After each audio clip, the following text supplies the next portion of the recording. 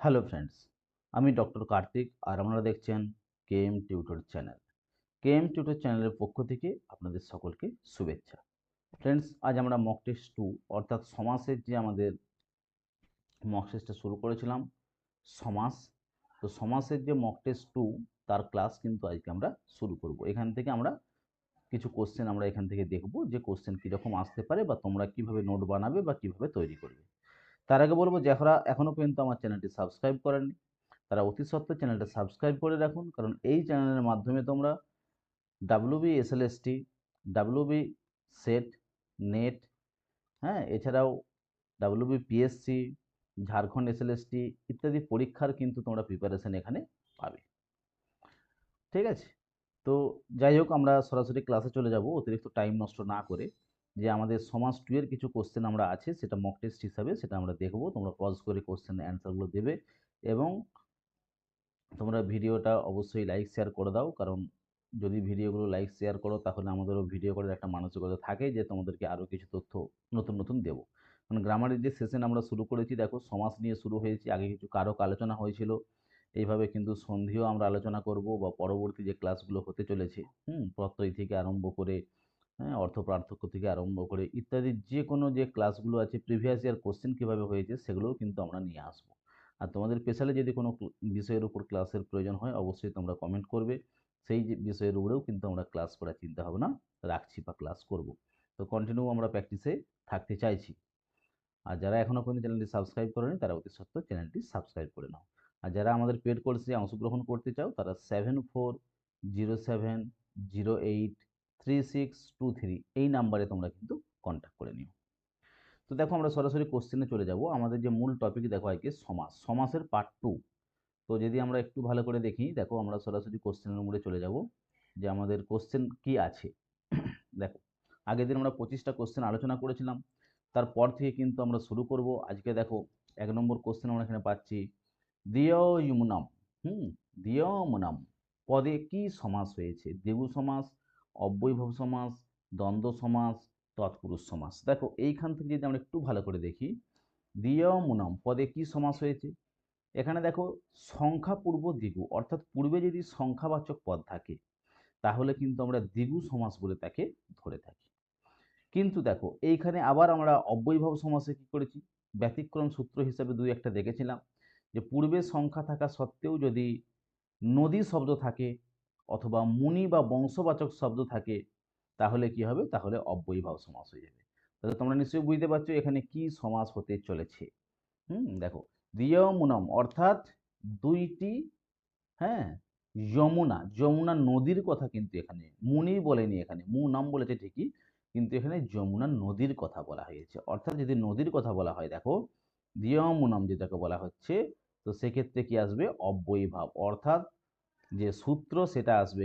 তাহলে এখানে যদি সূত্র আমরা প্রয়োগ করি, যমুনা নদীর কথা বলা হয়েছে, তাহলে মানে এখানে আসবে নদীভীষ্ট সূত্র অনুসারে, হ্যাঁ, নদীভীষ্ট সূত্র অনুসারে কি আসবে, অব্যয়ীভাব। নদীভীষ্ট ইতি সূত্রানুসারে অব্যয়ীভাব সমাস কিন্তু এখানে হয়েছে, কারণ দিয়মুনম অব্যয়ীভাব সমাস, এখানে কিন্তু দ্বিগু আসবে না।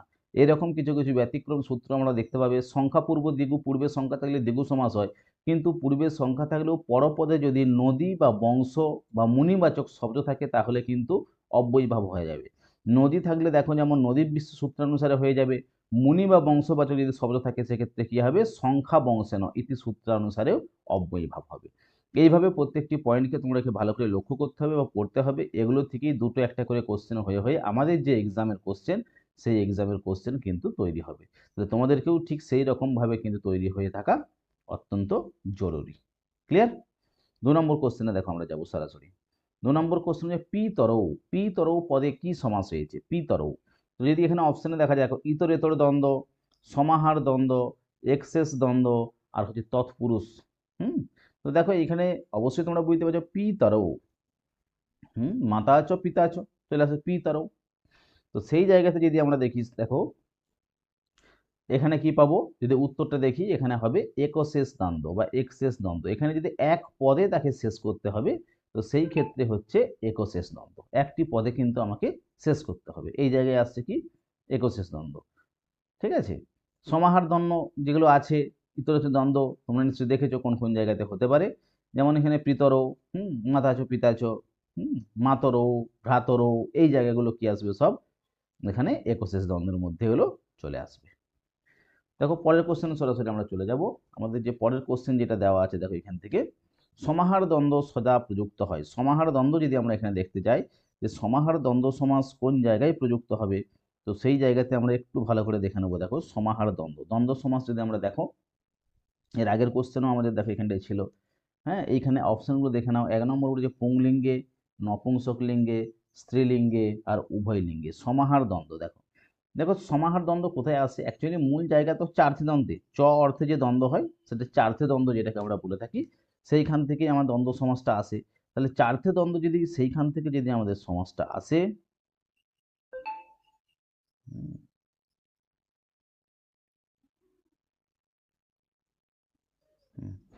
দেখো যেটা বলছিলাম, যদি সেইখান থেকে আমাদের দ্বন্দ্বটা আসে, দেখো চার্থে দ্বন্দ্ব বলতে চ অর্থের 4টি জায়গাতে দ্বন্দ্ব হয়ে থাকে। একটা হলো সমুচ্চয়, একটা অন্যাচয়, একটা ইতরেতর দ্বন্দ্ব, আর তার সঙ্গে আছে সমাহার দ্বন্দ্ব। এইভাবে কিন্তু 4টি ভাগে ভাগ হয়। তো উত্তরটাকে দেখে নাও। এখানে দেখি উত্তর দেখি সদা কি বলেছে, দেখো সমাহার দ্বন্দ্ব সর্বদা কোথায় হয়, নপুংসক লিঙ্গে হয়। যেমন এর আগের কোশ্চেনেও আমরা দেখলাম, দেখো সমাহার দ্বন্দ্ব যদি আমরা কি বলি, সমাস নিত্য কি হবে, নিত্য নপুংসক লিঙ্গ হয়। মানে সমাহার দ্বন্দ্ব কাকে বলবো, মানে যে দ্বন্দ্ব সমাসের সমস্যমান প্রত্যেক পদের অর্থই প্রতীয়মান হবে এবং সমস্ত পদের অর্থই প্রধানভাবে প্রতীয়মান হয়, তাকে সমাহার দ্বন্দ্ব বলা হয়। এখানে সমস্ত বলছে ক্লীবলিঙ্গ এবং এক বচনান্ত হয়, ক্লীবলিঙ্গ এবং এক বচনান্ত হবে। এবং বলেছে অনেক পদের সমূহের রূপে উপস্থিত হওয়া কিন্তু সমাহার। যেমন ধরো যে দ্বন্দ্ব সমাসে নিজের অর্থের সাথে সাথে সমূহ বা সমাহার অর্থের বোধ করায় তাকেও কিন্তু সমাহার বলে। যেমন ধরো এখানে পাবো আমরা সমাহার দ্বন্দ্বের মধ্যে পাবো, দেখো পানি পাদম, পানি পাদম এখানে, অস্ত শস্ত্রম, পানি পাদম মানে কি, পানি চ পাদৌ চ, অহিনকুলশ্চ, হ্যাঁ, যে অহশ্চ অহয়াশ্চ নকুলশ্চ, অহশ্চ রাত্রিশ্চ অহরাত্রম, এইভাবে কি আসবে সমাহার দ্বন্দ্ব কিন্তু এখানে আমাদের আসবে। আর সমাহার দ্বন্দ্ব কি হবে, সর্বদা নপুংসক লিঙ্গ হবে। এইটা কিন্তু তোমরা দেখে রাখবে। আর ইতরেতর দ্বন্দ্ব, দেখো ইতরেতর দ্বন্দ্ব যেটাকে বলা হয়, ইতরেতর দ্বন্দ্ব মানে দুটোর মধ্যে কি থাকবে, পরস্পর মিলিত বা অন্বিত ইতরেতর যোগে দ্বন্দ্ব সমাস হবে। যে দ্বন্দ্ব সমাসে বলেছে সমস্যমান প্রত্যেক পদের অর্থই প্রধানভাবে পতিত হবে, তাকে ইতরেতর দ্বন্দ্ব বলা হয়। যেমন বলা হয় যে সমস্ত পদ বলেছে দ্বিবচনান্ত অথবা বহু বচনান্ত এবং পরস্পরের লিঙ্গানুসারে সমস্ত পদের লিঙ্গ হবে।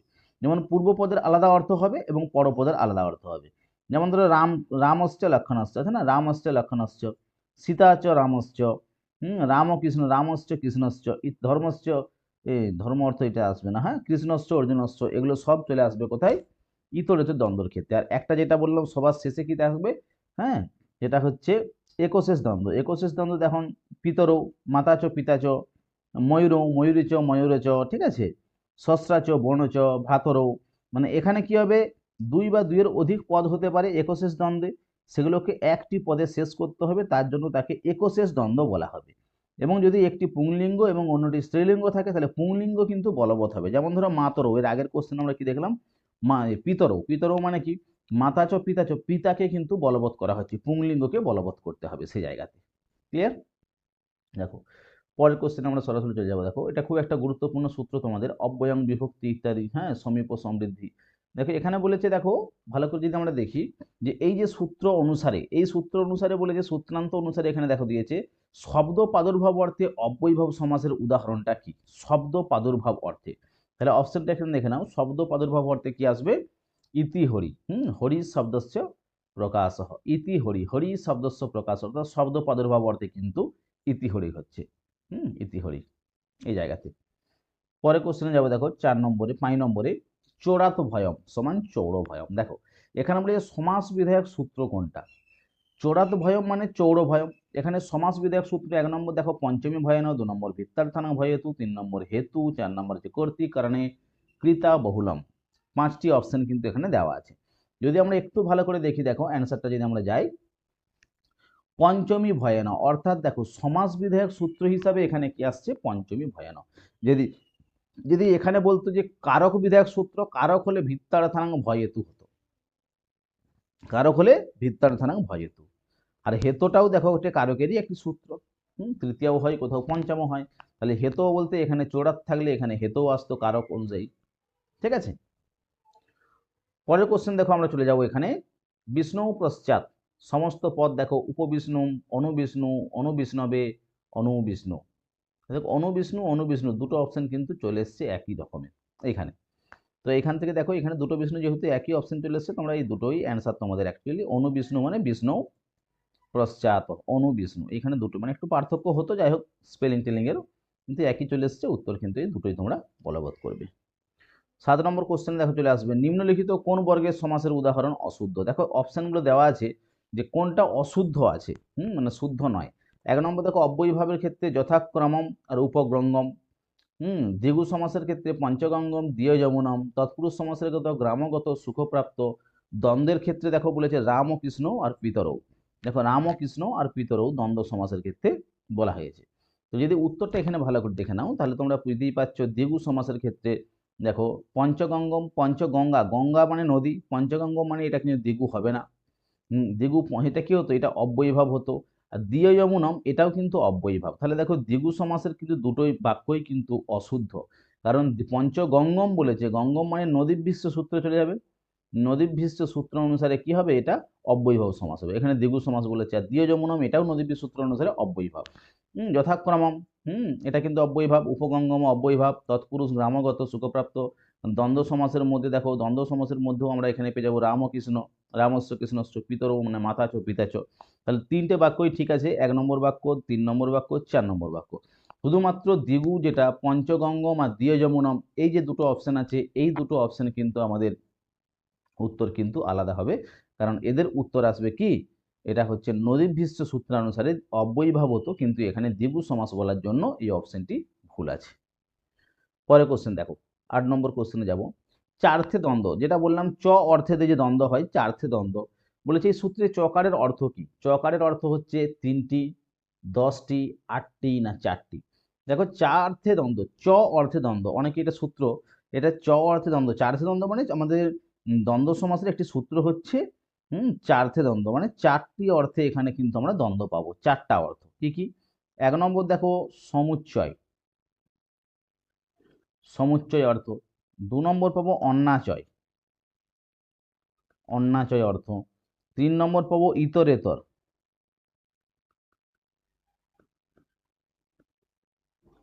দ্বন্দ্ব। আর 4 নম্বর পাবো কি, সমাহার দ্বন্দ্ব। সমাহার দ্বন্দ্বের উদাহরণ তোমরা দেখেছো, ইতরেতর দ্বন্দ্ব দেখেছো, হ্যাঁ, আর অন্যাচয় সমুচ্চয় 4টি অর্থে কিন্তু পাবো চ।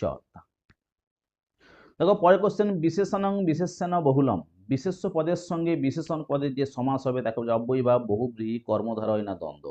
এখানে দেখো অনেকগুলো ভাগ আছে, হ্যাঁ, তো এর মধ্যে দেখো আমরা উত্তর যদি সরাসরি চলে যায় তাহলে কি পাবো, কর্মধারয় পাবো। কারণ দেখো দ্বিগু সমাসেরই একটি ভাগ হচ্ছে কর্মধারয়। দ্বিগু হচ্ছে দেখো একটি ভাগ কি বললাম, কর্মধারয়, মানে সমানাধিকরণ আর ব্যাধিকরণ। সমানাধিকরণ যেটা একই অধিকরণে যাবে, আর ব্যাধিকরণ যেখানে বিভক্তিগুলো আলাদা আলাদা হয়ে যাবে।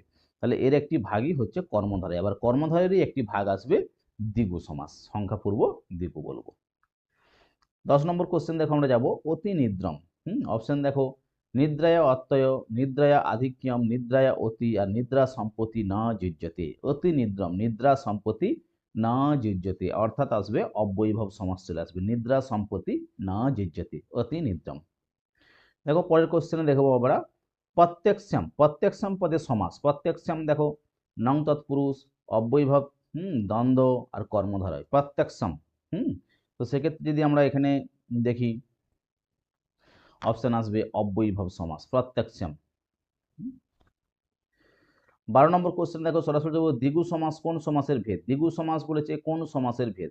অ্যাকচুয়ালি দ্বিগু সমাসের যদি বলা হয় কর্মধারয়ের ভেদ, না তৎপুরুষের ভেদ, না বহুব্রীহি, না দ্বন্দ্ব। তো এক্ষেত্রে দেখো দুটোর মধ্যে কনফিউশন তোমাদের হতে পারে, যে তৎপুরুষের মধ্যে আর না এখান থেকে, ঠিক আছে। তৎপুরুষেরই আমি কি বলেছিলাম, দুটো ভাগ বলে দিয়েছিলাম আমি, দেখো সমানাধিকরণ আর ব্যাধিকরণ। তো সমানাধিকরণ যে তৎপুরুষের যে ভাগগুলো চলে গেছে না, যেটা হচ্ছে দেখো দ্বিতীয় তৎপুরুষ, তৃতীয় তৎপুরুষ, চতুর্থ তৎপুরুষ, ঠিক আছে। আর কর্মধারয় একটা আসবে, সমান অধিকরণ, যার অধিকরণ একই অধিকরণ থাকবে। কর্মধারয়েরই একটা ভেদ হচ্ছে দ্বিগু সমাস, কর্মধারয়। পরের কোশ্চেন দেখো আমরা যাবো সরাসরি দুঃখাতীত। দুঃখাতীত পদের বিগ্রহ, অবশ্যই এটা খুব গুরুত্বপূর্ণ একটা কোশ্চেন। চারটে অপশন আছে, এটা তোমাদের বাড়ির কাজ হিসেবে দিয়ে রাখলাম। কোনটা অ্যান্সার হবে তোমরা নিজেরা জানাবে যে কোনটা অ্যান্সার হবে আমাদের। দুঃখাতীত বুঝি দুঃখেন অতীত, দুঃখায় অতীত, দুঃখম অতীত, দুঃখে অতীত, এই চারটির মধ্যে তোমরা কমেন্ট করে জানাবে তোমাদের উত্তর কোনটা। দুঃখাতীত পদের বিগ্রহ কোনটা তোমরা কিন্তু তোমাদের বাড়ির কাজ হিসেবে রইল।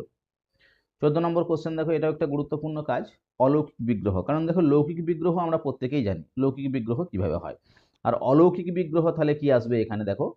অলৌকিক বিগ্রহ যদি আমরা ভালো করে দেখতে যাই, তো এখানে অলৌকিক বিগ্রহ দেখতে গেলে এটাও একটা গুরুত্বপূর্ণ কোশ্চেন, তোমরা নিজেরা চেষ্টা করো, যদি না পারো অলৌকিক বিগ্রহ নিয়ে কিন্তু একটি ক্লাস আমি নিয়ে আসবো। কারণ অলৌকিক বিগ্রহ জানতে গেলে আমাদের সুখ বিভক্তি আছে, সু ও যশ অমোট সস্তা ভ্যাম্বিস, ঠিক আছে। তো সেইখান থেকে কিন্তু প্রত্যেকটি তথ্য আমাদেরকে আনতে হবে। হ্যাঁ, সেই বিভক্তি যদি তোমার থাকে তাহলে কিন্তু ইজিলি এটা কিন্তু করা খুবই সহজ।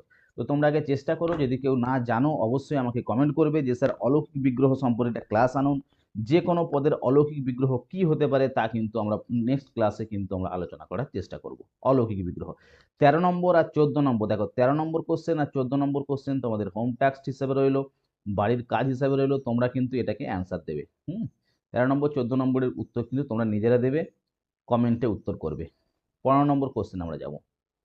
দেখো নিম্নলিখিতগুলির মধ্যে কোনটি অব্যয়ীভাব সমাসের উদাহরণ। নিম্নলিখিতের মধ্যে দেখো অব্যয়ীভাব সমাসের উদাহরণ যদি আমরা দেখি, এখানে 1 নম্বর দেখো অপশন প্রথমেই দিয়ে দিয়েছে। নিম্নলিখিতের মধ্যে দেখো 1 নম্বর অপশন কি আছে না, নিম্নলিখিতের মধ্যে দেখো পঞ্চগব্বম। 1 নম্বর বলছে পঞ্চগব্বম, 2 নম্বর তৃণম, পানি পাদম সপুত্র। দেখো এটা তোমাদের ছিল 2016 সালের এসএলএসটি কিন্তু কোশ্চেন।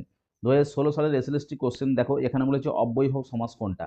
দেখো এখানে যে দিয়ে দিয়েছে তৃণম, তৃণমপি অপরিত্যাজ্য। হ্যাঁ, সাকল্য অর্থে যদি আসি, সাকল্য অর্থে কিন্তু অব্যয়ীভাব সমাস হয়। পঞ্চগবম, পঞ্চগঙ্গম যদি হতো তাহলে অব্যয়ীভাব হতো। পঞ্চগবম, পঞ্চানাং গবানাং সমাহার, তাহলে এটা কোথায় চলে যাবে, এটা দ্বিগু সমাসে চলে যাবে। পানি পাদম, পানিচ পাদৌচ, ঠিক আছে। এখানেও আমরা যদি ভালো করে দেখি পানিচ পাদৌচ, তাহলে এখানেও কিন্তু তোমরা দেখতে পাচ্ছ যে কোন জায়গাতে আসবে না, হ্যাঁ এটাও দ্বন্দ্ব সমাস চলে যাবে। সপুত্র, সপুত্রের বিগ্রহ কি হবে, তো আর কোন সমাস হবে তোমরা কিন্তু কমেন্ট করো। সপুত্র কোন সমাস, কোন বিগ্রহ, তোমরা কিন্তু কমেন্ট করে উত্তর দাও। কিছু কিছু কোশ্চেন তোমাদেরকে দেওয়া হচ্ছে, এই জন্যই তোমরা প্রিপারেশনটা কেমন নিচ্ছ বা তোমরা রেগুলারিটি তোমাদের মধ্যে আছে কিনা সেটা দেখার জন্যই আমরা এটা দিই, ঠিক আছে। 16 নম্বর কোশ্চেন দেখো, কৃত্তদ্ধিত সমাসাস্য। কৃত এবং তদ্ধিত, কৃত্তদ্ধিত সমাসাস্য বলছে সূত্রের দ্বারা ব্যাকরণের কোন বিষয় সম্পাদিত হয়। দেখো একটা ভালো কোশ্চেন, যে কৃত্তদ্ধিত সমাসাস্য সূত্রের দ্বারা ব্যাকরণের কোন বিষয়টি সম্পাদিত হয়। 1 নম্বর দেখো বলেছে পদ সংজ্ঞা, 2 নম্বর তদ্ধিত সংজ্ঞা, 3 নম্বর বিভক্তি লোপ, 4 নম্বর প্রাতিপদিক সংজ্ঞা। এখানে যদি উত্তর তোমরা দেখে নাও সরাসরি তো পেয়ে যাবে প্রাতিপদিক সংজ্ঞা, অর্থাৎ প্রাতিপদিক হচ্ছে কৃত্তদ্ধিত সমাসাস্য। প্রাতিপদিক দেখো এখানে অর্থবোধ ধাতুর প্রত্যয় প্রাতিপদিকম, অর্থবোধ ধাতুর প্রত্যয় প্রাতিপদিকম এবং কৃত্তদ্ধিত সমাসাস্য, এই দুটো সূত্রই কিন্তু প্রাতিপদিক সংজ্ঞা হিসাবে বিবেচিত হয়। পরে কোশ্চেন দেখো, এখানে আমরা যাব পঞ্চানাং গঙ্গানাং সমাহার, এই বিগ্রহ বাক্যের সমস্ত পদটি কি হবে। পঞ্চগঙ্গা, পঞ্চগঙ্গী, পঞ্চগঙ্গম না পঞ্চগাঙ্গম। দেখো ভালো একটি অব্যয়ভাব সমাসের কিন্তু একটি কোশ্চেন। অব্যয়ভাব সমাসের পঞ্চানাং গঙ্গানাং সমাহার, এই বিগ্রহ বাক্যের সমস্ত পদটি কি, পঞ্চগঙ্গা, পঞ্চগঙ্গী, পঞ্চগঙ্গম না পঞ্চগাঙ্গম। এখানে যদি অপশন আমরা দেখে নিই, দেখো অপশনটা যদি তোমরা একটু ভালো করে দেখো, পঞ্চগঙ্গম, পঞ্চানাং গঙ্গানাং সমাহার পঞ্চগঙ্গম, অর্থাৎ অব্যয়ীভাব সমাস। এটা কি হবে, অব্যয়ীভাব সমাস, অব্যয়ীভাব সমাস। এবং সূত্র যদি আমরা দেখি নদীভ্যস্ত সূত্র অনুসারে, নদীভ্যস্ত ইত্যাদি সূত্র অনুসারে কিন্তু অব্যয়ীভাব সমাস এখানে হয়েছে। ক্লিয়ার। খুব সাধারণ সাধারণ কোশ্চেন কিন্তু আসে, এবং তোমাদের যে কোশ্চেন পড়ে সেটাও কিন্তু খুব চাপের নয়, একটু ভালোভাবে দেখলেই তোমরা কোশ্চেনের উত্তরগুলো দিতে পারবে। পরে কোশ্চেন দেখো, দৌ চ দশ চ, ভেরি ভেরি ইম্পর্টেন্ট কোশ্চেন, বহুবার কিন্তু আমাদের এক্সামে এসে গেছে। দৌ চ দশ চ, এই বিগ্রহ বাক্যের পরিণত রূপটা কি, দ্বাদশ, দ্বিদশ, দৌদশ না দ্বাদশী।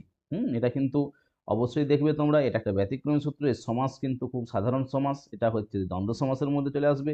তাহলে দৌ চ দশ চ, অর্থাৎ কি আসবে, দ্বাদশ।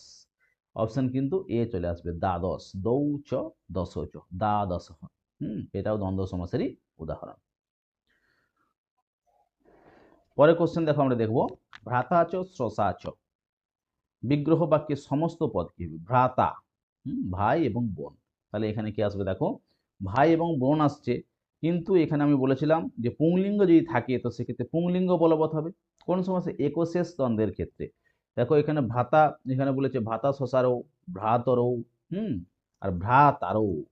তাহলে এখানে অপশন কি আসবে? দেখো এটা একশেষ দ্বন্দ্বের মধ্যে কিন্তু আমাদের চলে আসছে যে অপশনটা আছে ভ্রাতরও। অপশন বি কিন্তু হচ্ছে রাইট অ্যান্সার, ভ্রাতরও। ভ্রাতা চ শশা চ, ভ্রাতরও।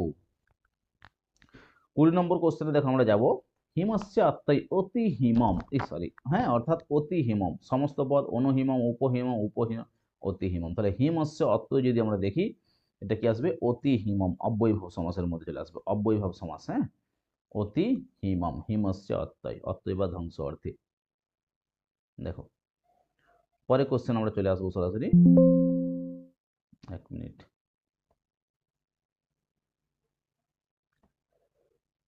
আচ্ছা, সরি, ঠিক আছে। না দেখো আমাদের এই 20টাই কোশ্চেন ছিল আপাতত, আজকে 20টা কোশ্চেন আপাতত আমাদের এখানে কিন্তু শেষ হলো। তো যাই হোক, পরের যে ক্লাস, অন্য যে টপিক আছে আমরা সেখানেও কিন্তু কিছু কোশ্চেন আমরা নিয়ে আসার চেষ্টা করব, এবং তোমরাও দেখতে পাবে কোশ্চেনগুলো কিভাবে সলভ করা হচ্ছে, কিভাবে নোট বানাতে পারছো। পরবর্তী যে টপিক আছে অবশ্যই আমরা গ্রামারেরই টপিকগুলো ধরে আমরা মক টেস্ট নিয়ে আসার চেষ্টা করব। আমরা 2-4 দিনের মধ্যে কিন্তু যেটা আমরা রেকর্ড এখন দিচ্ছি সেটা কিন্তু আবার লাইভে আসার চেষ্টা চিন্তা ভাবনা করছি। তোমরা লাইভে এলে তোমরা সরাসরি উত্তরগুলো দিতে পারবে। তোমরা অবশ্যই কমেন্ট করে জানাও যে তোমাদের লাইভ ক্লাস দরকার না তোমাদের যেভাবে রেকর্ডিং, যে রেকর্ড করে তোমাদের ভিডিওগুলো দেওয়া হচ্ছে রেকর্ডিংটা দরকার। যদি তোমাদের লাইভ দরকার থাকে তাহলে কিন্তু আমাদের যে মাইকের একটা প্রবলেম ছিল, সাউন্ডের প্রবলেম ছিল, সেটা কিন্তু আমরা ক্লিয়ার করতে চলেছি। যদি তোমাদের লাইভের দরকার থেকে অবশ্যই লাইভ তোমরা মক টেস্ট প্রত্যেকে দিতে পারবে। আর যদি না থাকে তাহলে যেভাবে রেকর্ড আমরা দিচ্ছি সেভাবে হলেও তোমাদের পাশে আমরা আছি মোটামুটি। তো সেক্ষেত্রে আমরা এইভাবেই ভিডিও কিন্তু তৈরি করব। যাই হোক, আজকের ক্লাসটা এই পর্যন্তই, দেখা হবে আবার পরের ভিডিওতে। নমস্কার।